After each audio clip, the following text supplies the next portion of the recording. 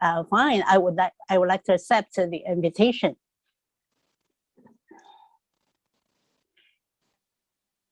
And it was during the time where I was talking about the Dharma lineage of those Chan masters.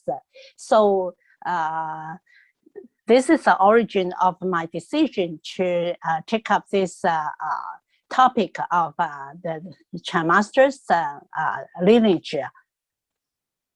Maybe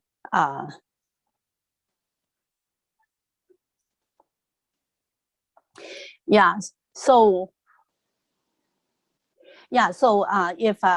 if just talk about the discourse records of the Chan masters, maybe it can be much more boring. So I just discussed with Cheng Wu Fashi that maybe it's better to talk about both the discourse records and also the life stories of the Chan masters. And that's very interesting that during that stage, I happened to just read about Gaofeng Yuanmiao, Master Gaofeng Yuanmiao's life, the last verse by Master Gaofeng Yuanmiao, and also he has a very famous phrase. This famous phrase is knocking down Mount Sumeru. So this Sumeru and also his last verse, when I come, I didn't enter the death gates. When I leave, I didn't exit the death gates. So that was a very interesting and impressive verse.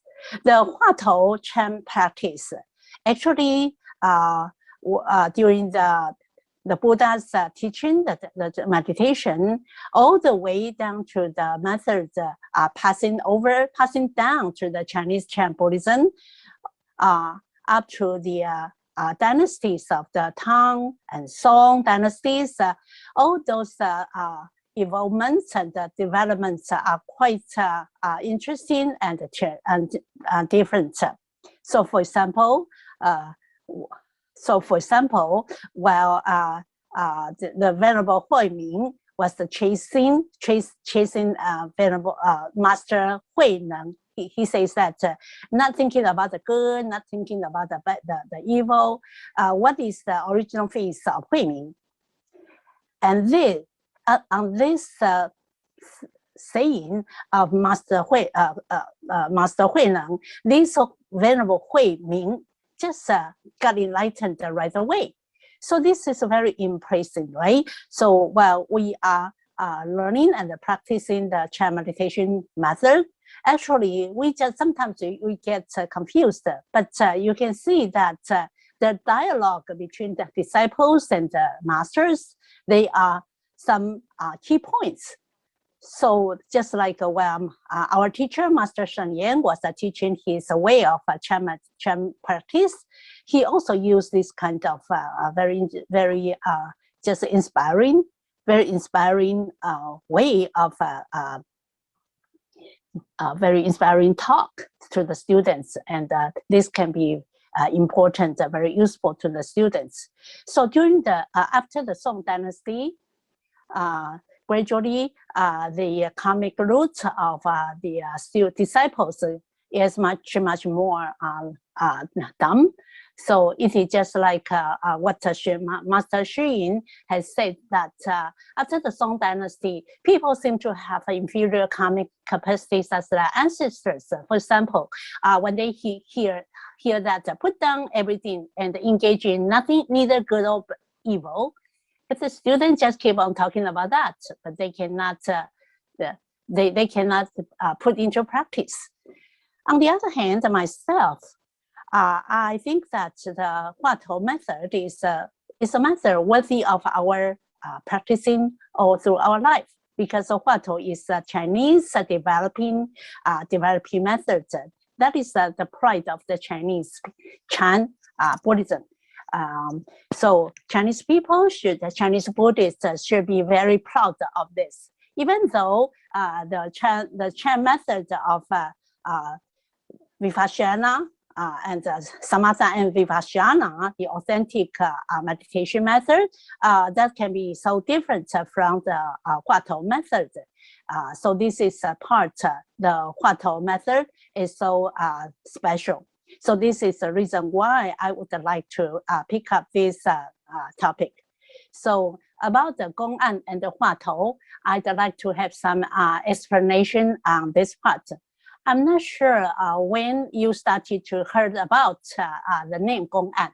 I remember it was in my math class in my senior high school. I was so deeply impressed that while I was in the math class, my teacher said that in the math, there are some very difficult issues. And the teacher just said, hey, these questions, these problems are Gong'an. Oh, this is a very interesting topic to me. So I started to get curious about the term Gong'an.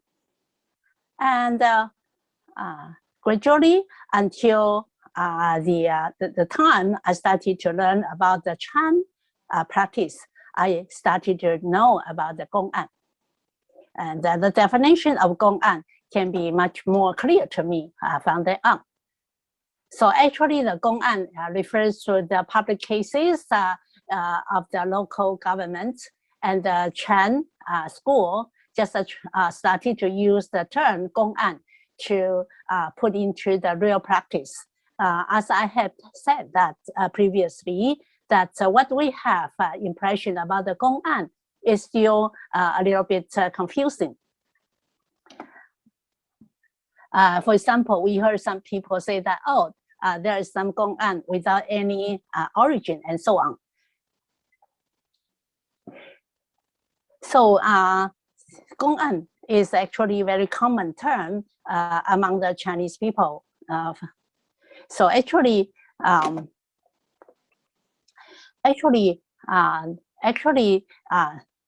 that is the so-called Gong'an can refer to the discourse, the dialogue between the master and the disciple.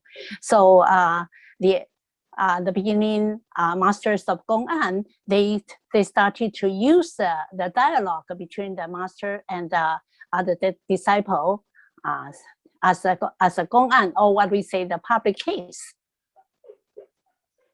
So that is a process of their dialogue. Maybe sometimes you just feel that, oh, this is impressive, or maybe some. So in the Gong'an, generally there is a question, a question, and there is an answer.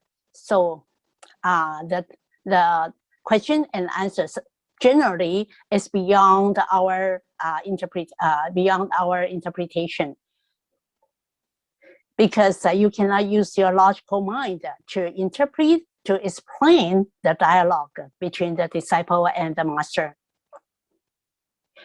That is a Gong'an is always beyond our regular logic, our symbols, and our regular ways of thinking. The Gong'an is a very direct way in the mind of the master.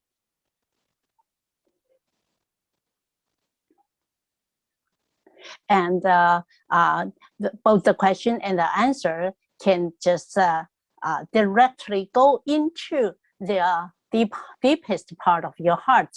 So it is actually transcend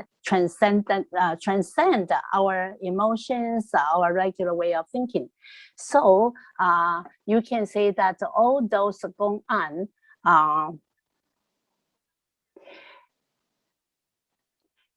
you can just describe the Gong'an as it's just like yeah. So it's not understood. It cannot be understood by reasoning through languages or words, nor can it be reckoned through your consciousness. So we cannot use our regular way to think about that. So actually, we can make a metaphor of the a kind of poisonous drum. So this kind of poisonous drum, anyone who hears the playing of the drum will get deaf. So this can be described just like when a person who hears the Gong'an, all your vexations, your 3 poisons will be cast away. So the power of the Gong'an, or just like the poisonous drum, it is very powerful. So it is just, or you can make another metaphor of on the Gong'an. This can be described as a big fire. So this Gong'an, just like a big fire, anyone approaching the fire will get burnt instantly. So this can be named as a special transmission outside the teachings, or directly point to the human mind. And then following the very widely using of the Gong'an, it developed into Huatou. So Huatou can also be named as kan hua, or what we say, the face observing meditation. So what just like what I say, that kan hua can be just describing the Gong'an one by one, and that's a key phrase, very critical phrase of the Gong'an. So while you are using the Gong'an, is to help us to observe our mind. So the function of Gong'an or Huatou is to just eliminate our vexation. So this is the most powerful part. So it is very important for us to use the Gong'an or Huatou to flipping, just like a flip our, or to transcend our life. So Gong'an is a dialogue. So for example, we can look at this Gong'an, very traditional Gong'an. A monk asked the master Zhao Zhou, does a dog have a Buddha nature? Zhao Zhou answered, wu, that means no. So this is the most famous Gong'an. A dog doesn't have any Buddha nature. It's very popular and familiar to many practitioners. So this so Master Shen Yan says that the kan Huatou, or observing the Huatou, the key point is to see through the essentials of the Gong'an, and then you just cut into the core essence of this Gong'an or the Huatou.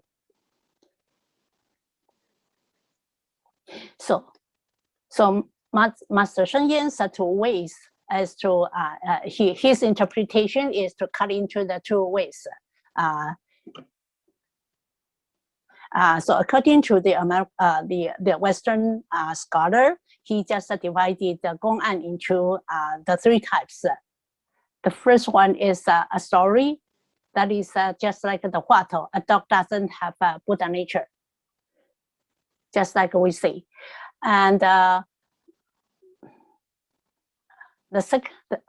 the next one is just like a situation, just like the story of, for example, the one, what is the place of emergence of the patriarch Bodhidharma who comes from the West?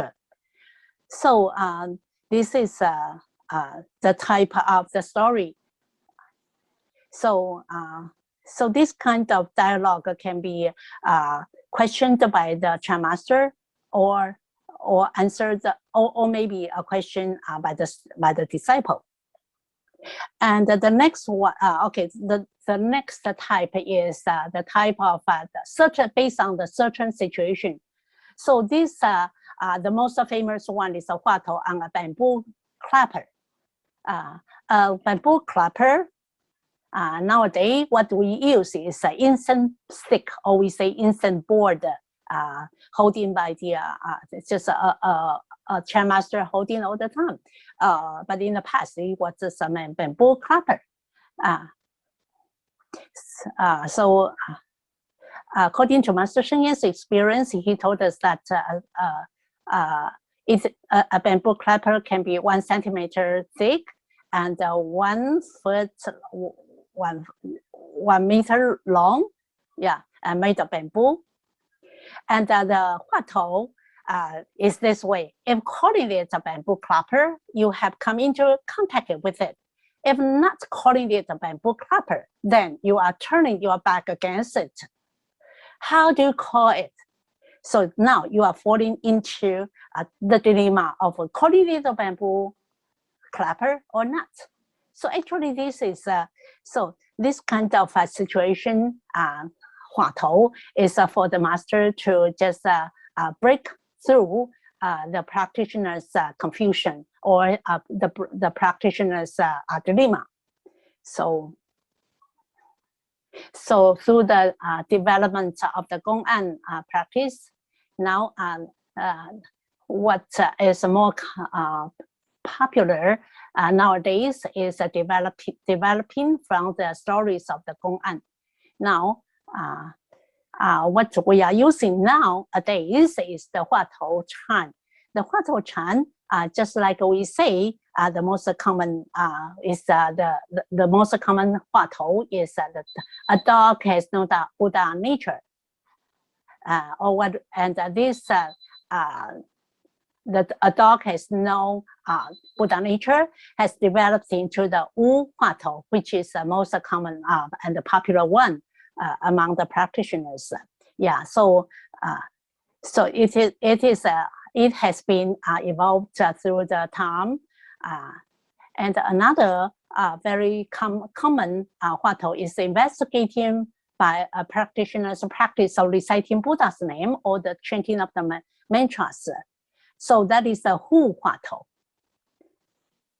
So that is where the Buddha's name recitation, a practitioner, this way of practice, gradually his mind becomes more and more concentrated in this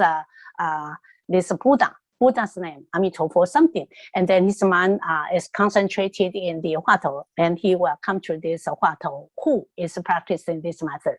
Now we come to this Dharma affinity and the Buddhism lineage here, starting from the Sixth Patriarch Huineng and the Lingji sect.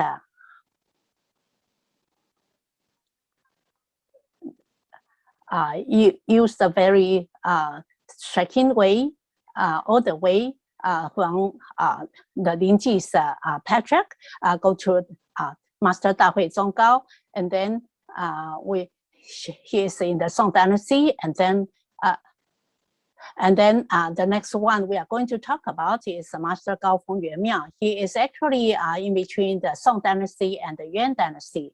And actually the third one will be the Master Han Shan Deqing.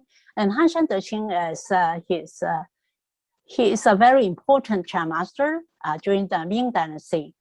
And then we will come to Xu Yunhe monk, Empty Cloud. Empty Cloud will be our last figure of a talk in the 20th century.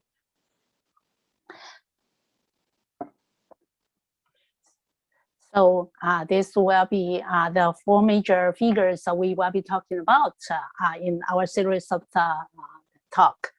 Yeah, so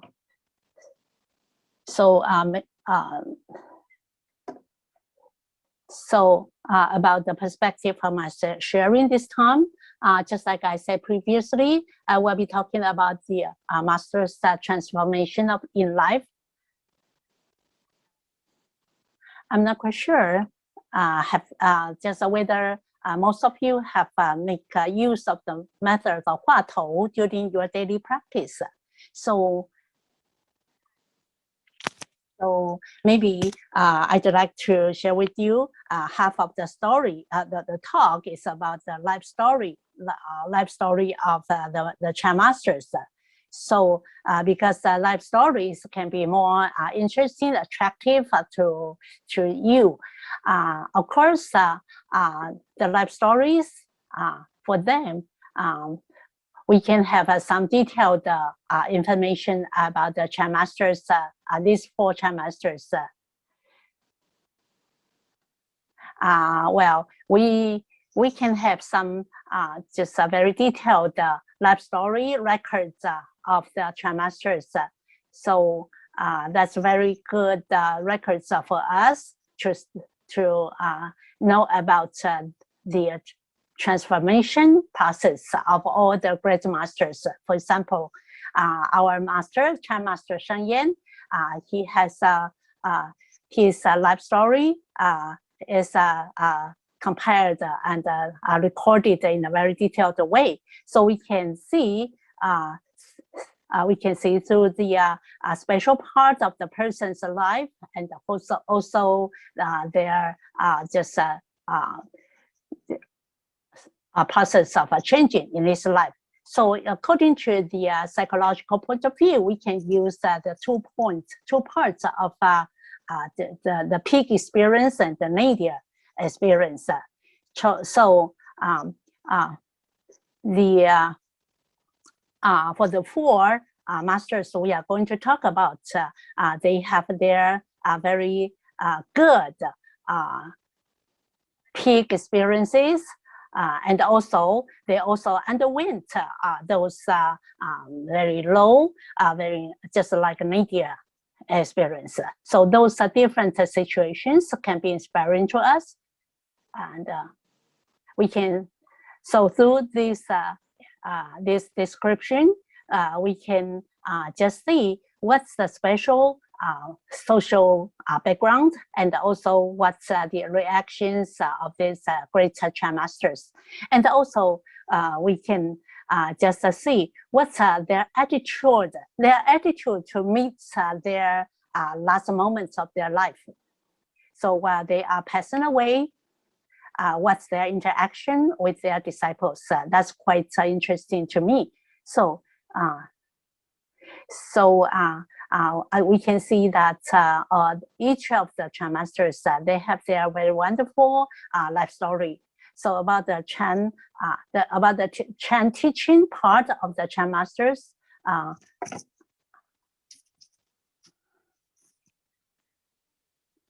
I will just put some very important parts of the Chan teaching. That is the way how one can just eradicate the self-centeredness, the self-attachment.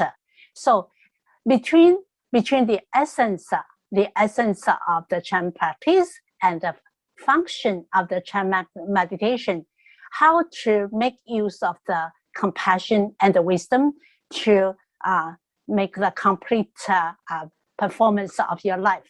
So this can be the best interpretation and the coincidence with what Master Sheng has said, to uplift the quality of the humanity and to build the Buddha land in this world.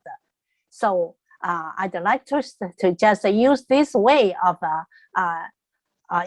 introducing the master, all the masters, Chan masters' life story, so as to inspire our life. So this is a way I'd like to use to introduce all the 4 masters.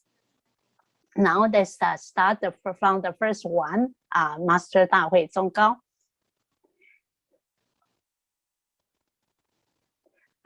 His lineage of his Buddhism lineage. Maybe you will hear about his great master, that is the fifth Patrick, Fa Yan, Master Hua Fa Yan. He is not the traditional 5th Patrick of Hong Ren. No, he's the 5th Patrick of Fa Yan. And then the next one is Yuan Wu Ke Qin. Actually, he's the writer of the White Cliff, the records of the Blue Cliff. Let's have okay, so let's have a brief look at his life story. Now, then we will have a very brief, okay, so the life story is very wonderful. So if you'd like to see the main point of his life transcendental story, here is a very good summary. Actually, in his childhood time, very two things are very important to happiness. He was born in okay, so he was born in 1088, and he left home. He left home at 16, and he had 3 times of great enlightenment between ages 37 to 40. I feel so embarrassed for myself that okay, what was I doing during the ages as indicated by the great masters? They have so why did they get enlightened? Why? So of course that must be based on what's happening in their lifetime. So actually, at the age of 49, he went to Jingshan, the mountain Jingshan. That is a very important event. And during this stage, the Chan teaching was very prosperous during that age. At the age of 53, he encountered a very important difficulty in his life. That's from our perspective. That was during his teaching. His teaching of the Chan meditation. He has many disciples of those elites and intellectuals, and then he, because of these interactions with those officials and those elites and intellectuals, he got entangled in those political just like problems. So under such a role of a monastic, he got exiled for 2 times. But even though he was exiled and further banished to Hangzhou and also to Meizhou, he still continued his life of teaching Chan meditation. That was very great. So that is a long period, 15 years. It was not until the age of 68 that he was pardoned and back to his role of monastic. That was 15 years, a very long period of exile. So you can imagine how just up and down, how much challenges, how many challenges he has encountered. So from their life, we can see how they have just encountered and overcome all those difficulties in their process of their life, and how they deal with and how to face and deal with those difficulties.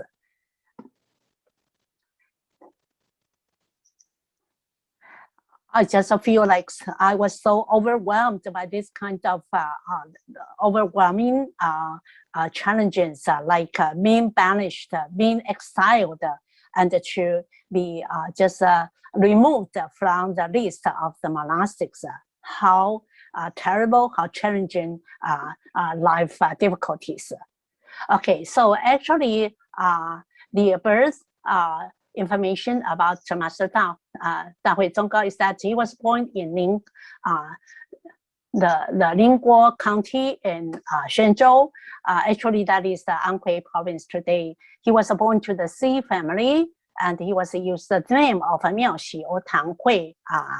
And of course, Dahui Zongge was the name the most familiar to us. But actually, he got the 2 names, Miaoxi or Tang Hui, from the lay disciple Zhang Shangying.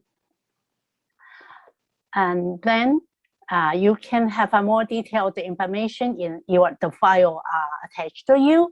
In his childhood, he has some very special memories as a little child. So also there's another book published by the DDM publications. the book was titled the discourse records of Master Dahui Zonggao. If you're interested in that, you can go to the details. Yeah. And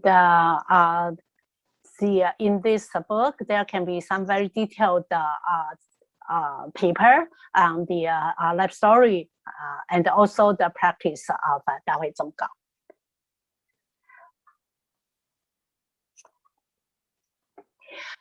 In the memory of the description about his childhood, he says that while he was 10, the family house was just burned down just by accident, and the household property was burned down. So his parents just consider him as a bad omen. So all the relatives just call him 善财, that means a child of wealth. And he was curious why people call their relatives just call him 善财, the child of wealth, even though he can sense a ridicule in it. Maybe he was wondering that they just hope that he can bring back some fortune for the family or something. So that is the question in his mind. Yeah. And then it was years later while he was reading the chapter 39. The title is in Entering the Dharma Realm in the Avatamsaka Sutra. Or we call that flower ornaments sutra. He cannot help but laughing at the name of 善财, or in the sutra it is called Sudana, the protagonist in this chapter. So we can see that very interesting description in the different causes and conditions in the lifetime of a great figure. There can be some very special information in the life story. This is the first part. And then when he started to enter school education, that was 13. And that was the local school. And there was an accident happening at this stage. What's the most impressive is that he just carelessly just threw the inkstone at the teacher's head. And this happening, well, of course, he has to pay some compensation. That was $300 from. So instead, after paying the money to the teacher, he was scolded. And then he was so happy because the teacher just said, you had better let him investigate the supramountain matters rather than the worldly knowledge. On hearing this, he was so happy. Yeah. So you can see that why the teacher told the teacher, why the teacher told the father such a words. Actually, that is because the teacher say that, oh, it's of not much use to your son. So maybe better you send him to just study something supramountain. Yeah. So based on this, they say, well, I've been thinking about this, and on hearing this, he was so happy to hear this. But well, his mother doesn't agree with that. You can see that at the age of 13, if this happened to us, okay, what will happen to us if something like this happens? Yeah. So to Master Dahui Zonggao, this can be a very good turning point to him. So this can be the beginning information about his living home. So at 16, Dahui Zonggao just left home, and his master was Hui Qi, and he gave him the name Zonggao. And then at the age of 17, he has already received a full ordination. And from then on, he often bought some record of discourses by Chan masters. His favorites are the discourse records by Master Yunmen. This Master Yunmen has a very famous saying. He says that every day is a good day. And another famous Chan master he was interested in is Muzhou Mingdao. The story goes like when he knocked at the door of the master, and he cannot answer the question. Just after 3 knocks, well, he just opened it, and then he got awakened at that moment. So that was very interesting to me. I remember one day when my glasses got broken, the first response is that not awakened. So I just think that well, it is impossible for me to get enlightened in a way like all those Chan masters. Well, that's interesting for most of us to have eyeglasses all the time. And well, I'm wondering which way else is the best way for me to get enlightened. So actually, while he was reading those discourse records of those masters, he started to give rise to different questions in his mind. And then at 24, he went to Hangzhou and go to practice with Chan Master Zhan Tang Wenzhun. We don't have the time to go further to this part.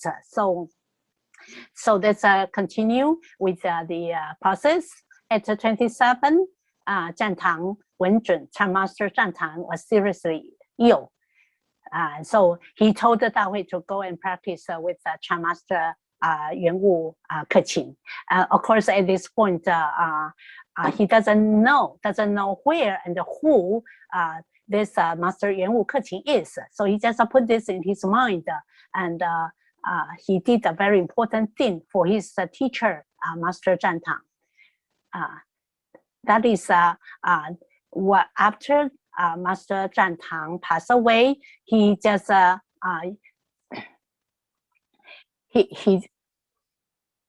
he just after his teacher passed away, Dahui repeated from all his memory all the essentials of the Dharma talk by his teacher Zhan Tang, and then with this collection, it was further compiled into discourse records by Hui Hong Juefan.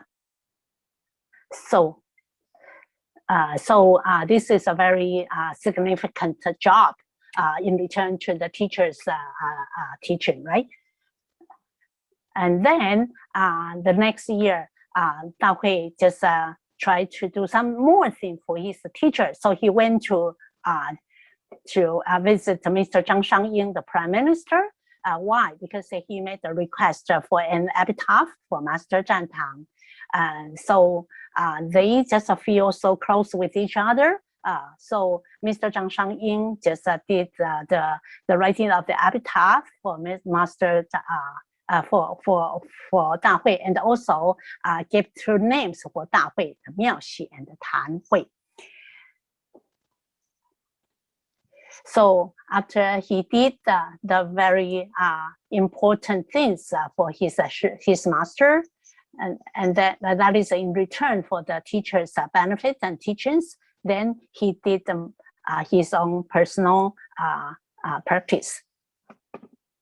Yeah, so he started to work on just the journey to visit Master Yuanwu Keqin.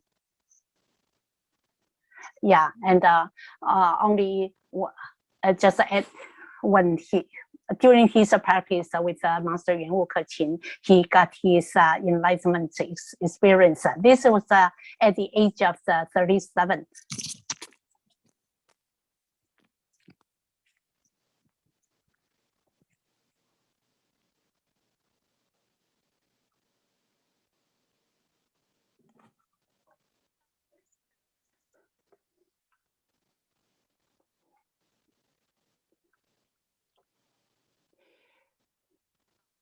So we can take this as a good example.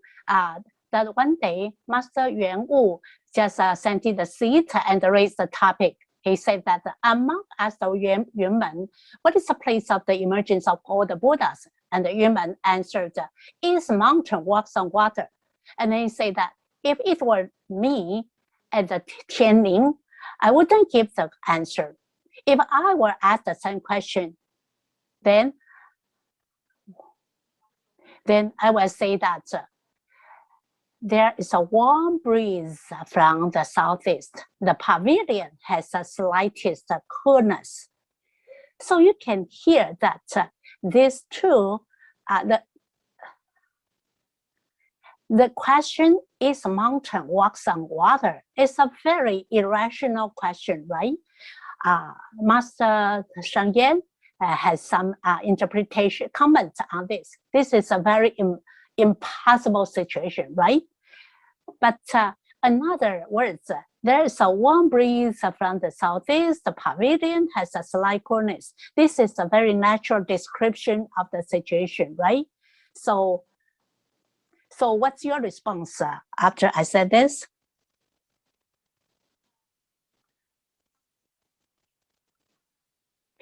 Actually, in what is Master Zhonggao's response to this?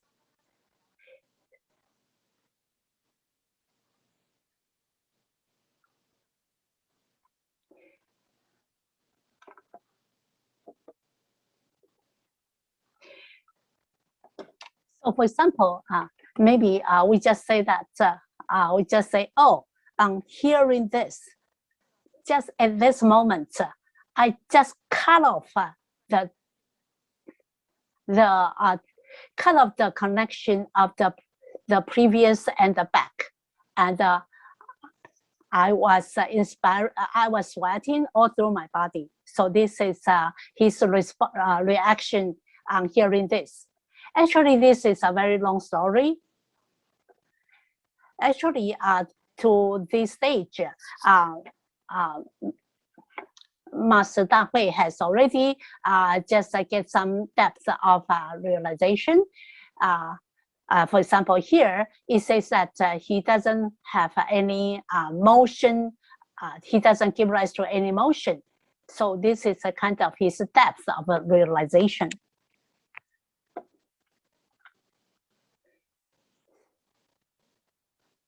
Okay, so actually, the reason of his awakening is something different. Why? What's that? That is the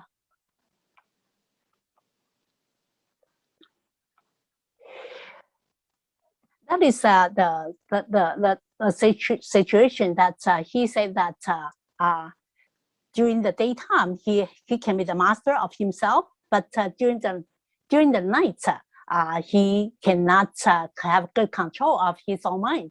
So he has this description that well, one day while I was sleeping, if I just saw some kind of treasury or some silver or gold, I will be delighted. But I give rise to different joy and happiness on seeing those pleasant things. But during the dream about bad situation, to be killed, to be held by the King Mara and so on, I just feel that I myself just sweating all through the body. So through this difference, actually, you must be clear here that well, he is able to distinguish between the very clear distinction between the daytime and the nighttime. But how about us? I always think, what can we do about being the master or not being the master of myself? So after this kind of awareness, he just tell. So observing himself about the difference between the wide awake and the state of deep in sleep, he is such a different person. So he just reflects on himself. How can I say that I am a Chan practitioner? So from then on, he started to think about the question, how can I be the master of myself? So in this point, we can see that he has broken through the issue of the question of life and death, about the question. Well, it seems very natural to us, but for him, the doubt has been so clear, so obvious to him. So so he just feel very clear and very clear to him. So this is the first experience of his awakening. So he keeps, after this experience, he started to consider how can he continue his practice, and then get more just deeper into the practice. Now I'd like to talk about the way how we can see through the mental states of the Chan master. Now we can have some reflection on myself. Where's our doubts, and what is our attitude toward our life? What are we curious about? What are we so earnest to know about the issue of birth and death? So then at the second awakening experience, that is also at the age of 37. Now we know that Yuan Wu, the teacher, he has his Gong'an in talking to the public. It was this one. Yuan Wu said, what I ask is, with words or no words, vines clean on trunks. These words you can say whether that is yes or no. So here we can see that on the trees there are some vines clinging on the trunks. So whether that is words or no, whether that is yes or no. So here you can see that the Master Yuan Wu is asking Zonggao to investigate into the question of is you or wu, just words or no words. So this the situation of his second awakening experience is that whenever with this question from Yuan Wu, with words or no words, vines clinging on the trunks, whether Zhonggao's answer is yes, or he answered no, he is always hidden by the teacher. The teacher always say no. So half a year later, one day while he was eating, well, the fact is that all the time during the 6 months, he has always adhering to this Gong'an in his mind. So one day, whether you have such experience or not, I'm not sure. In his you have some wandering thoughts in your mind, and so these thoughts can affect, can interrupt your acts. So one day while he was eating, and he just forgot about swallowing. Yeah, he just stopped there. So this teacher just say, hey, on seeing this, Master Yuan Wu say, hey, you guy, this guy is just investigating the boxwood Chan. He is shrinking.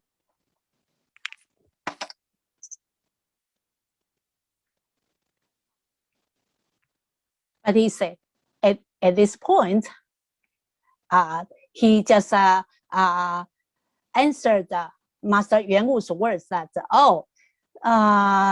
this situation is just like a dog is watching a hot pot with a very hot boiling oil.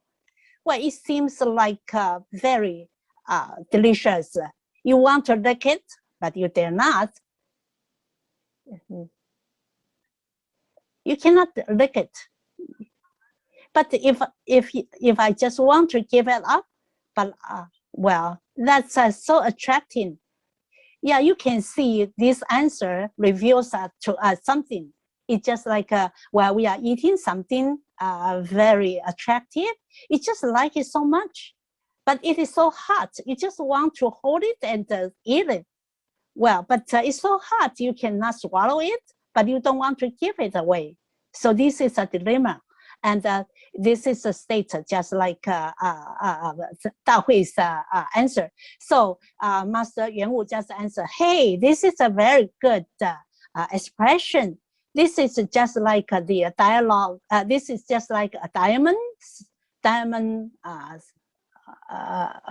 yeah, the diamond circle. It is just like a Sun Wukong. He was just confined by the diamond circle by the Buddha, and or another metaphor is like a thorny, very just a plant with the thorns all through his branches. Yeah, so so this is the states where Master Zhonggao was investigating his chant in such a very just a deep state.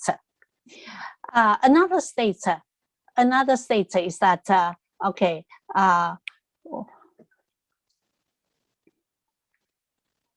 Okay, so just some day later, he just asked his teacher, I heard that in the past, while you are asking your teacher, that is my grandmaster, you ask him something.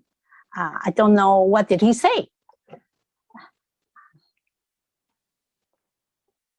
Yeah, so Master Yuan Wu answered that, well, Master Yuan Wu at first he didn't want to share with him the story, but gradually he just after Zhonggao further go further into the question, and then Master Yuan Wu answered that I just asked him the question of with words, no words. With words or no words, of eyes clean on trunks. Yeah, so this is the question. And then my teacher just answered, you want to depict it, you cannot do it. You want to draw it, but no way to draw. And I go further to ask my teacher, and how about when the tree falls and the vines, what happened to the vines? And my teacher said that, well, the vines just follow the tree and fall down. So do you have any just impression in listening to hearing this story? Actually, to a great master, on hearing this, Master Zhonggao just directly answered that, got it. And then Master Yuan Wu knows that he got it. He just realized what's going on in this dialogue. So he says that, now I know what's your state.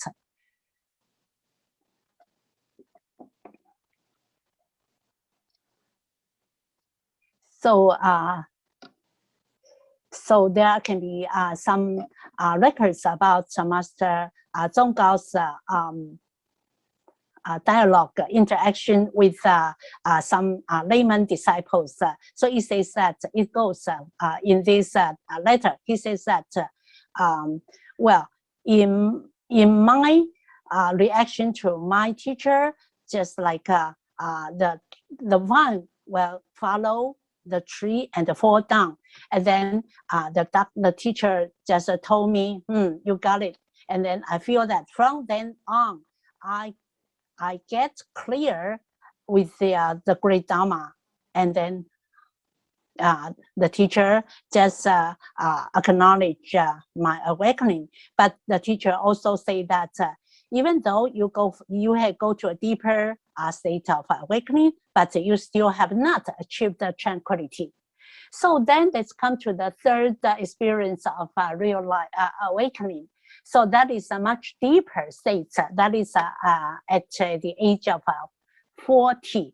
So it goes that to this stage, he was reading the Avatamsaka Sutra, and in this stage, while he was reading to this part, a bodhisattva attains the seventh ground, and it goes, when the bodhisattva achieves this level of tolerance, and right away he will enter the eighth ground, the immovable. At this point, according to the records, Dahui Zongga was abruptly broken, and all the scenario described by the master, Zhan Tang, was revealed to him. So, according to the description of his awakening, it says that all the eighth consciousness was flipped over for him.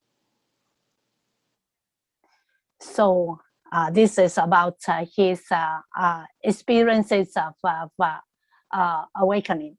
So in Miss Xu Shuya's papers, she refers to this passage with some connection with the method of the perfection of the ear base in the Surangama Sutra. So, so here, according to Ms. Xu, she says that this kind of different stages of awakening can be examined by this method of perfection of the method of perfection of ear base in the Surangama Sutra. So here we can see that in the first experience of awakening, there is no arising of the motion, and the description is just like you say, the difference, this distinction between the before and after is cut off. Yeah. And also the pile of paint has been, the bottom of the paint pile is broken off.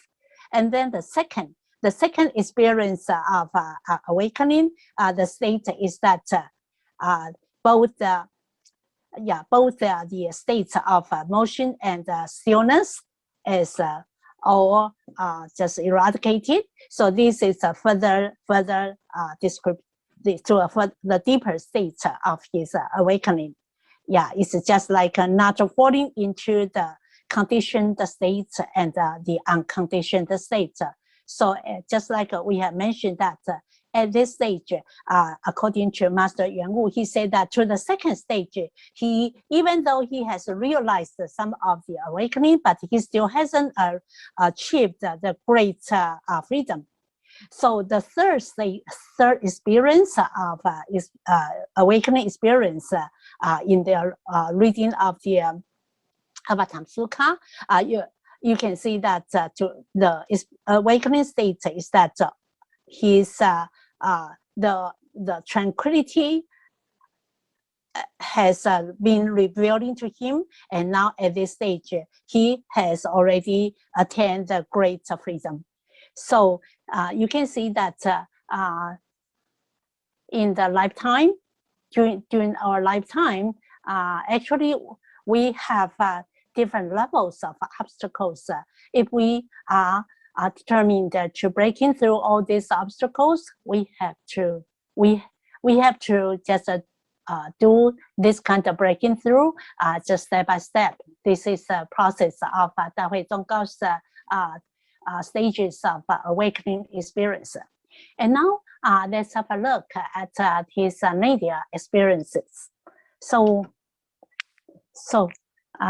since Master Dahui has always been interactions with the lay practitioners, so with those intellectuals and officials, so he was affected by those political problems at that time. So now let's have some description, explanation about the social problems. The Prime Minister Qin Huai, you have some idea about the official Qin Huai. During the Song Dynasty, because the invasion from the Jin just come more and more frequently.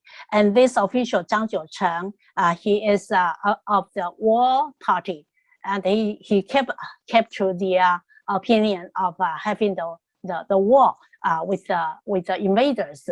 Yeah, and Zhang Jiucheng is one of the most supporters of the war party. But Qin Huai is against the war, no peace party. And one day while Zhang Jiucheng was there, Master Dahui said the words, as the spear of magnificent power goes off, thousands of swords are pricked through. Once getting a close look, it turns out to be stinking socks. We can see this spear. Spears is a kind of very common weapon in the Song Dynasty. And then the next day, another disciple, that is a guest practitioner, he came visiting and asking for some instruction, and then he make another verse.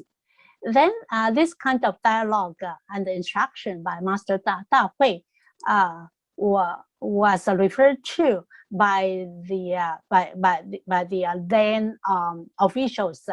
Yeah, so because of the verse about this spear of magnificent power, the second verse goes this way: as the spear of magnificent power goes off, the lock to the 1,000-mile gate is open. Blowing hair and swaying the sword, the Tao's sensation bring over 10,000 years that are shattered. Well, to us, we just think, oh, this is the metaphor of the Chan master, of the Chan, Huatou, and so on, about the Chan practice.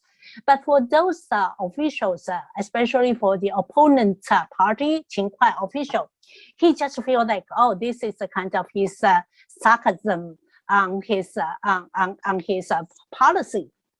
So he was condemned to be like the opponent of the Qin Huai's party. So he was exiled. He was banished to Hangzhou. Yeah. So he was further banished to Meizhou. What's the reason? Because he made another verse. He says, dressed in Vimala Curtis clothing, wearing lemon tongue's hat, with a similarly mild and straightforward nature, I'm actually irritated and hot-tempered. I blame and reproach others when opening my mouth, despite black or white, good or bad. Now, being listed and kept in Hangzhou, Hengyang, isn't this the retribution of my verbal karma? Well, here, it's just a kind of his self-reflection, a verse about his own self-reflection. But to the opponent party, the Qin Huai, he also condemned that he is a kind of criticizing the current policy. So he was further exiled and banished to further southern part, the Meizhou. Yeah. So well, for us, while we are facing different difficulties in the lifetime, okay, what will be our reaction? For example, while you are misunderstood, well, I am misunderstood by someone, what will be my reaction? What will be my reaction? I remember one occasion where I was talking with Professor Yang Pei. Some of you are familiar with Professor Yang Pei. Yeah. So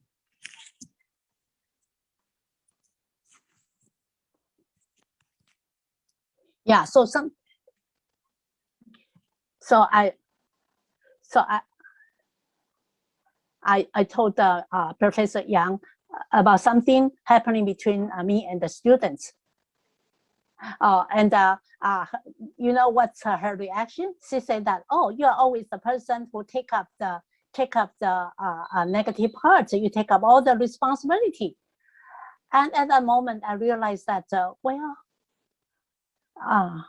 this can be, kind of relief to me. And now reading this part, this description about Master Dahui's difficulties and the different happenings in the story, we can say that he didn't put much emphasis on this part. He didn't put much emphasis as a practitioner. Yeah, now let's have a look at his passing away. Actually, it was not until the age of 68 he was pardoned and to revive his Sangha monastic role. And then to the age of 75, he knew that he was passing away, so he just told his attendant. This attendant was a very, very interesting guy. This guy said that, Shifu, please give us some last words. Yeah, he didn't say that. This attendant doesn't say, please don't go away. But he said, please leave some words. And hearing this, Master Dahui furiously said, am I not allowed to die without leaving some word? But actually, he still wrote a verse. It goes, birth is just as it is, death is just as it is. Having a verse or having no verse, what's the big deal? So now we can see that this is a very good example of breaking through the dilemma, the duality of birth and death, the duality of having verse or no verse. So this is what he left behind. Now we can see that this is actually what he wants to say is that, hey, you are so attached, you are so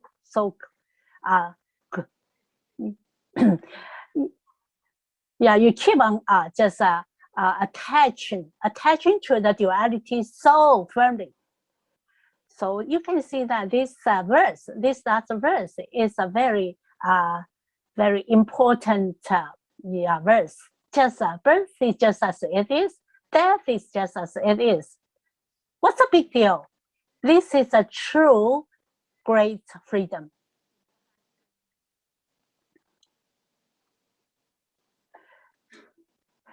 Yeah, so we can also see something interesting between something happening between Dahui Zonggao and another great master of Hongzhi Zhengjue. Master Hongzhi Zhengjue, he is a great figure in the method of silent illumination. But due to the time, we cannot go to detail about that. Now, let's talk about the turning point. The turning point of Master Dahui Zonggao. What is the flipping point of his life? So we can see that just in the process of flipping and transcendental stages, we can see that he keeps on moving forward, advancing to a deeper and deeper stage. Among all the records of his discourse, there is a very important record. It's titled Discourse Records of Master Dahui Pujue. It is a recorded a collection. It is a collection of all the different discourses. And among the different records, the most important part is all the quotes of Master Zonggao, and also the letters, his letters to the disciples. Just in this book, quotes of Dharma Talk by Master Dahui Zonggao, there are totally 65 letters, and it generally is this case that the recipient presented the scroll to Master Da Hui requesting instruction, and Da Hui would write down his instruction in the scroll. All the stories are very, very interesting. Now this is a picture of Da Hui's writing calligraphy. You can see from his handwriting, very, very typical and very special words. Now let's give 2 examples here. He's very just clear, very straightforward person of his personality. What he wants to say, he just straightforward. For example, just this kind of interaction between himself and the students, he will have a very good and detailed description in those letters. So you can see those very vivid description. Now, yeah, so most of the recipients of these letters are the elite class of officials and intellectuals, 7 females, and just a minority of them recipients are just monastics, 10 monks and 2 nuns. Now, let's have a look at this example. The letter is the recipient of the letter is to Mrs. Chen. It says that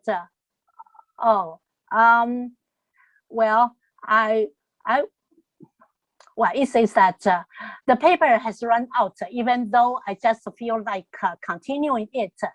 So now there's cut off all the entanglement. Yeah, so when this Mrs. Chen, she received this letter, she knows that the paper is too short, so she just go further, just presented the Master Da Hui some more scroll, and she wrote, knowing that my teacher still feel like writing, I wish you would grace the paper with the more of your splendid wisdom. Will that be possible? And then Da Hui's answer is, once expanded, never shrink. And then the dialogue goes on as follows. So you can see that Master Da Hui, he has a very just thoughtful, and he has a very thoughtful to the students, always straightforward and expressing his emotions directly. And then we can have another example on this letter, to show the interaction between Da Hui and the recipient. Yeah, so this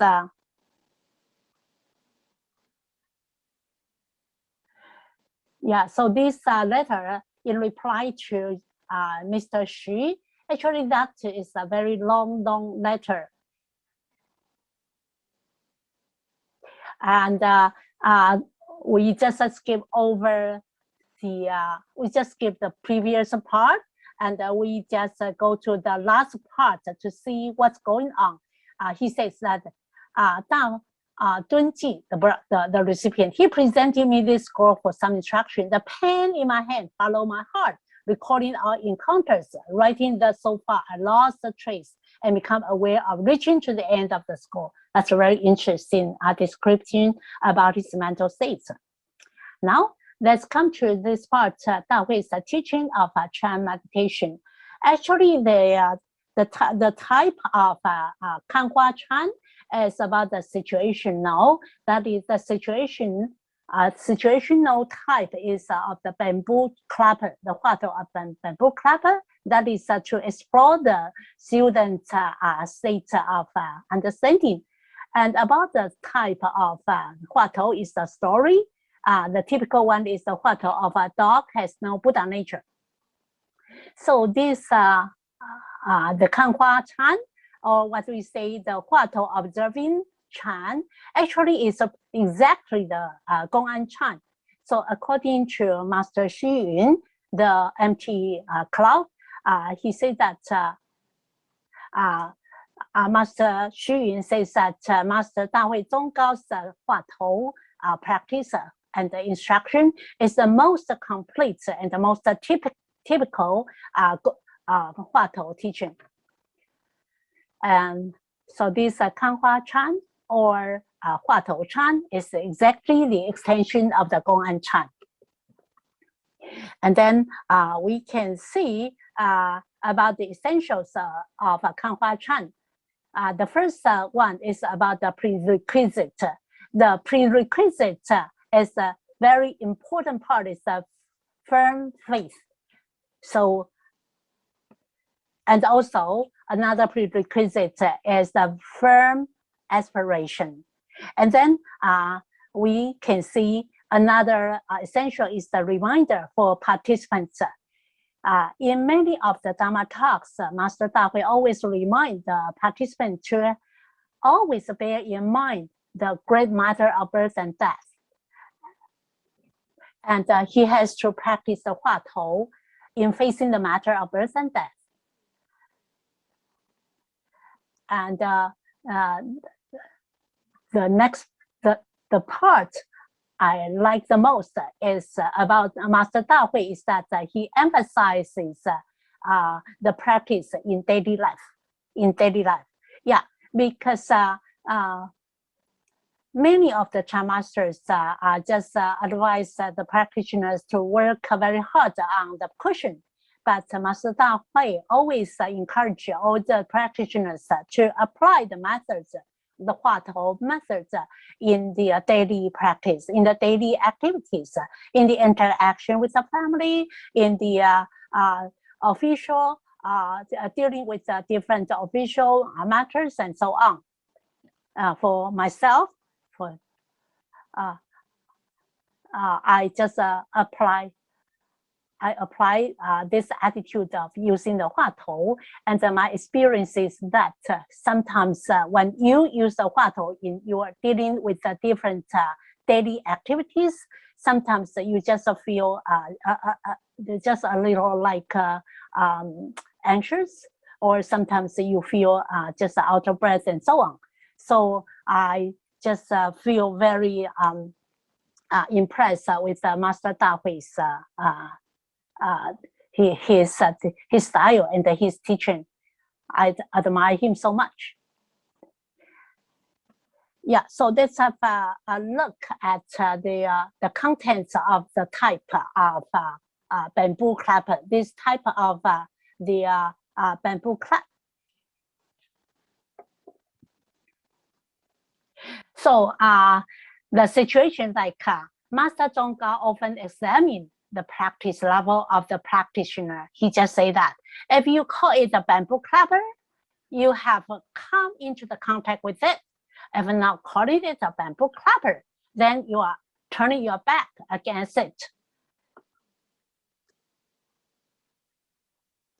So now he also advised the practitioner that you cannot use any comment, you cannot show me the silence, and you cannot have any pondering or any guessing, nothing.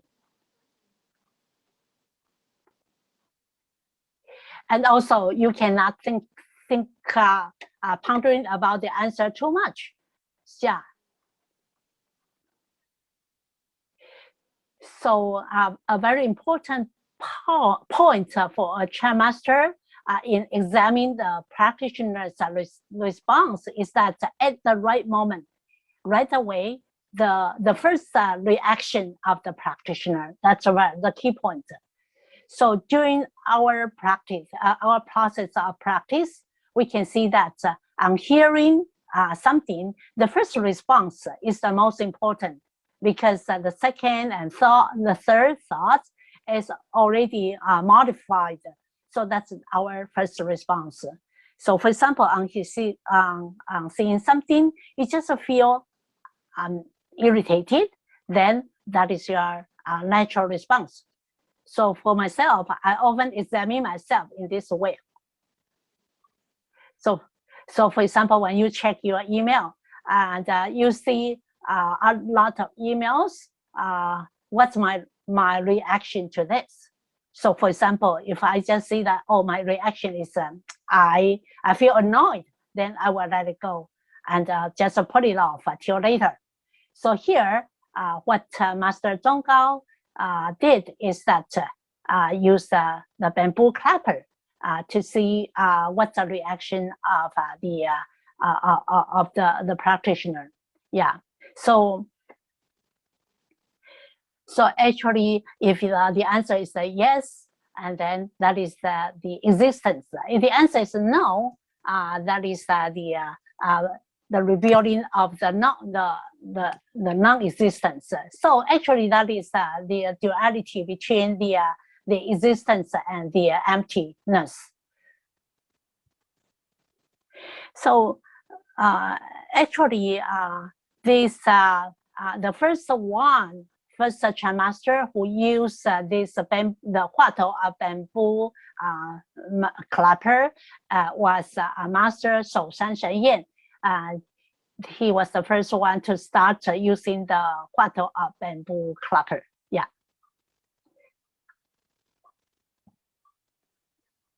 So yeah. So can you imagine what's the different reactions according to different sects of the Chan Buddhism? If that is a Guang sect, maybe the practitioner will just grab the bamboo clap away. So that is according to different doctrines, different teachings of different masters. Here, Master Zhonggao wants to emphasize that in his different Dharma talks or his Discord interactions with students, he always say that to have a look at the Huatou, or just clearly watch over the Huatou. That means he always reminds the practitioners always for many matters, among different matters, the issue of practice, using the method in our practice. I think this is utmost important. That is for me, myself. So for here, for example, when I am aware of the arising of the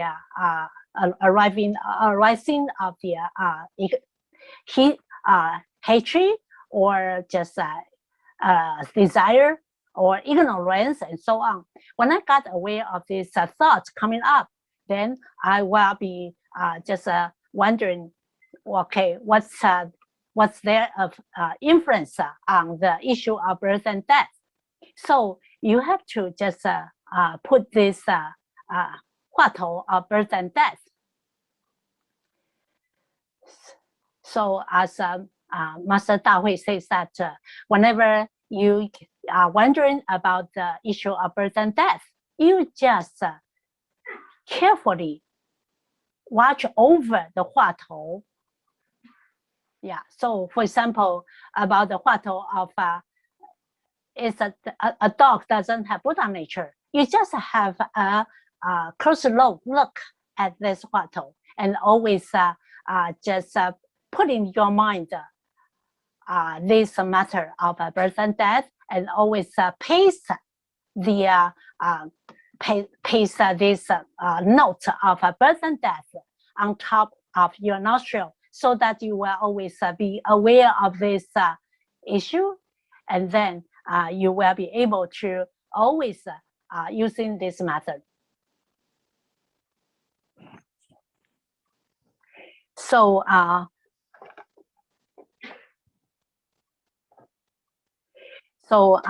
what Master Dahui advises us is that you just open your mind, open your heart, and then you will be able to use the method all the time.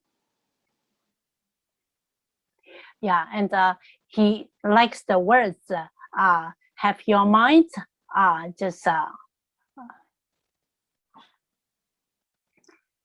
have your mind open, and then when your mind is open, you will be able to perceive all the happenings, and keep a very objective attitude towards the multi-functioning factors behind all the happenings around us. So for example, your relationships between yourself and your family or your co-workers and so on. Generally, we just get trapped in those very complicated situations. And Master Dahui's advice to us is that always open your mind and always just live up the Huatou. Of course, the first thing is that really relax your body and mind. That is very important. So he says he likes to use the words 虚或惑. That means the mind is open, the mind is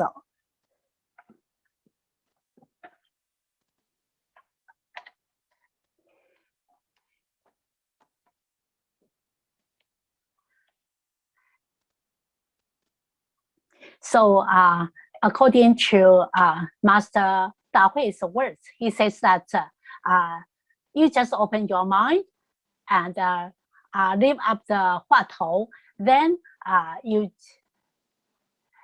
just put the Huatou into practice during your daily activities, no matter what's happening, no matter what you are dealing with, you just live up the Huatou all the time.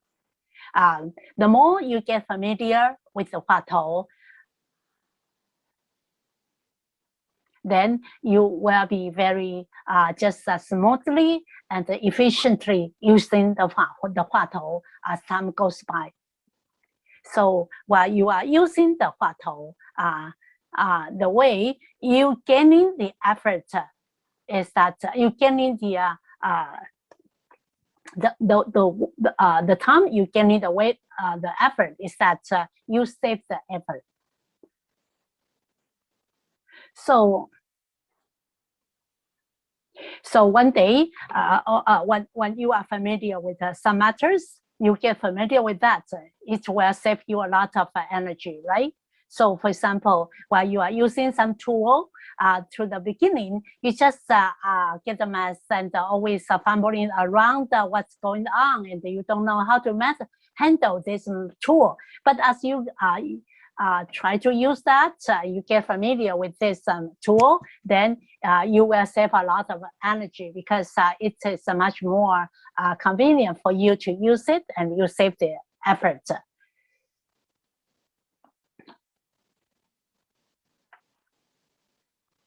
So this is about the reminder of investigating the method. So about the correctly and effectively used method, Master Dahui said that there are two exceptions. The two exceptions are during the 24 hours of the day, except for 2 meal times, I'm always practicing without any discursiveness.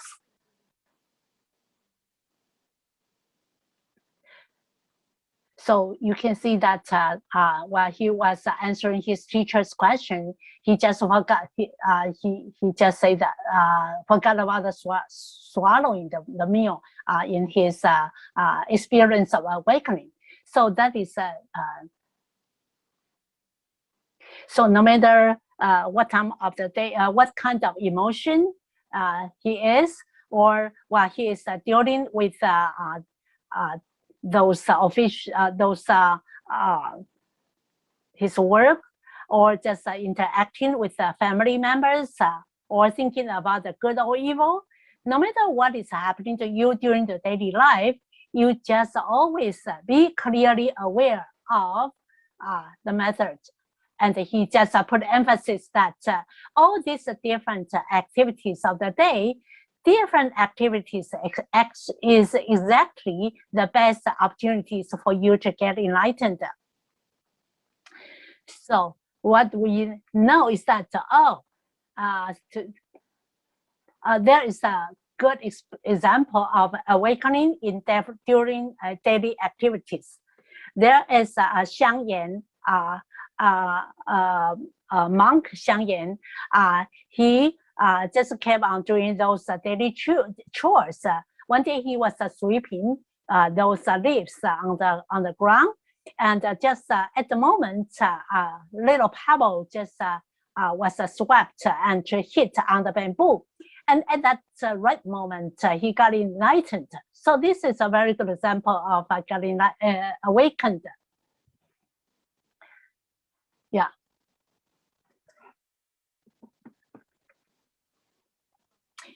So here we can see that the real work, the real practice is that no matter whatever you are doing, it is very similar to what we have talked about previously, that always just use your method, always live up your Huatou and doubt sensations of doubts, then this is a very good opportunity for you to get enlightened. So so up to now, I'm not sure whether you are interested in this method of Huatou, and are you interested in trying this method of Huatou? Yeah, now let's have a recap of Master Dahui Zonggao's life story. Yeah, you see that he just left home at 16. You still remember that how many times he got enlightened? So you can answer. So I can see that, okay. So you have some idea about the answer, right? Yeah, 3 times. So you still remember how many times you got awakened? So someone say awaken.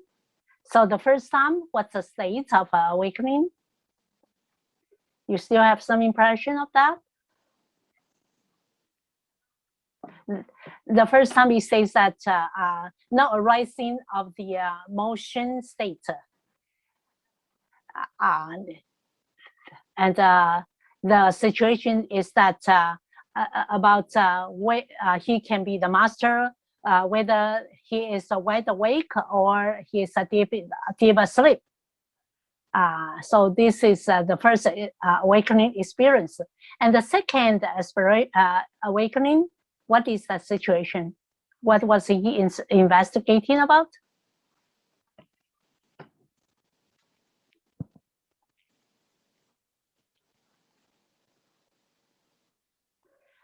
Okay, that is about the Huatou of words or no words, like vines clinging to the trunk, right? And what is the situation of the third time? What did he do to get us to get awakened? Okay, so that was while he was studying the Avatamsaka Sutra or the Flower Ornament Sutra. So maybe after today's class, you will start reading on the Avatamsaka Sutra.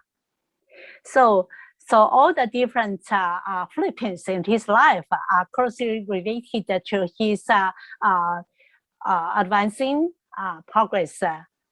So this can just inspire us to think about the question, what am I urgent to know about? So in his lifetime, there are 2 exiles, and he was just able to overcome all those difficulties of exiles. So among his teaching of the Chan practice, what are you the most impressed about? Anyone want to just share with us? The most impressive part is that he always keep his questions, and his questions always bring him to a more advanced stage, and some. Yeah, so well, we should be questioning about ourselves. What is our faith? What's the stage? What is the level of our faith and aspiration? Yeah, and also about the question about the issue of life and birth and death. So for example, so in our lifetime, what is the most important issue in my lifetime, and what's the role of the practice in my lifetime? So what I have learned from the lecture today is that the most important thing is about the practice. Yeah, that is very good. So I can see that you are very just attentive to the talk. Yeah, any other feedback? Yeah, about the life story, transcendental part of the life story, and also the teaching of Chan. Yeah, so this earnest attitude toward the issue of birth and death, that is very important, and you must keep this close to your mind. So we can see that from this last verse, the last verse says, birth is just as it is, death is just as it is. Having a verse or having no verse, what is the big deal? You can see this is still about the issue of birth and death. So this is the most important part. So it is up to us whether you have a good hold of this issue of birth and death, and are you so serious about breaking through the mind of birth and death? So this is what I'd like to share with you today.